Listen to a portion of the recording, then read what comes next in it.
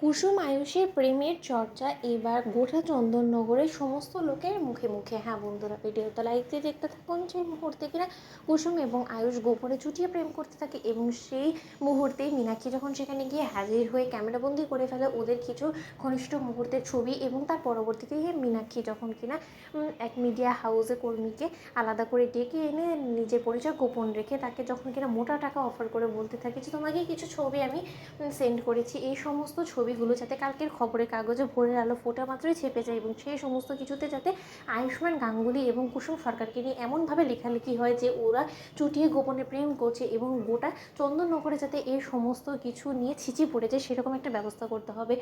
কাজটা সম্পূর্ণভাবে ঠিকঠাকভাবে আমার মনের মতন যদি হয় তাহলে এর বিনিময়ে আরও কতগুলো টাকা আমি তোমাকে পে করব, কিন্তু মনে রাখবে কোনো মতেই কিন্তু আমার পরিচয়টা সামনে আসা যাবে না। ঠিক সেই সময় সেই প্রেস এর লোকে যখন বলতে থাকে যে আচ্ছা ম্যাডাম, আপনি কি তাদের কোনো রকম কোনো চরম শত্রু, নয়তো আপনি আপনার পরিচয় কেন গোপন করছেন? এবং তাছাড়া আমরা পরিচয়বিহীন কারোর সম্পর্কে না জেনে শুনে আমরা হঠাৎ করে ইন্দ্রাণী গাঙ্গুলির ছেলেকে নিয়ে এরকম খবরের কাগজে যদি লেখালেখি করি এবং পরবর্তীতে এই সমস্ত কিছু যদি সত্য প্রমাণিত না হয় তাহলে আপনি একবার ভেবে দেখেছেন যে আমাকে কতটা আমাদের নিজের হাউসকে অপমান এবং হেনস্থার শিকার হতে পারে?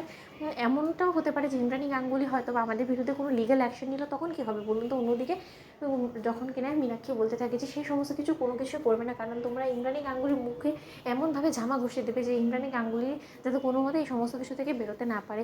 ব্যাস, অনেক কথা বলে ফেলেছি, এর থেকে বেশি কোনো কিছু আমি তোমাদেরকে বলতে চাই না। তাই যত শীঘ্র সম্ভব কাল সকাল হওয়ামাত্র যাতে আমি যেটা চাইছি সেটা হয়ে যায়।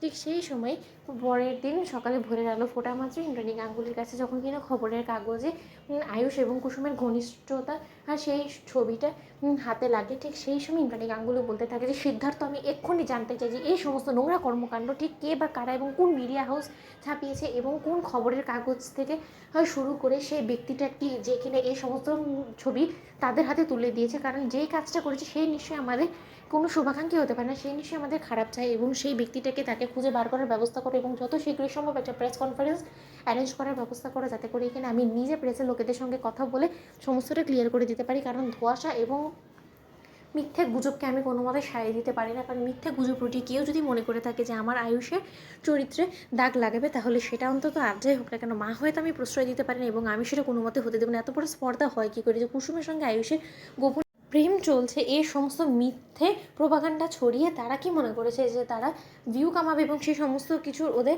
ভিউ ব্যবসা করতে আমি অন্তত দেবো? আমি এটা কোনো মতে হতে দেবো না। তাই যত শীঘ্রই সম্ভব সিদ্ধার্থ এক্ষুনি প্রেসের লোকেদেরকে এখানে আমার বাড়িতে হাজির করার ব্যবস্থা করো। অন্যদিকে আয়ুষ বলতে থাকে যে মা তুমি একটু শান্ত হও, তুমি এরকম হাইপার হচ্ছ কেন বলো তো? তখন তারা লাইক শেয়ার করে সাবস্ক্রাইব করতে ভুলো না।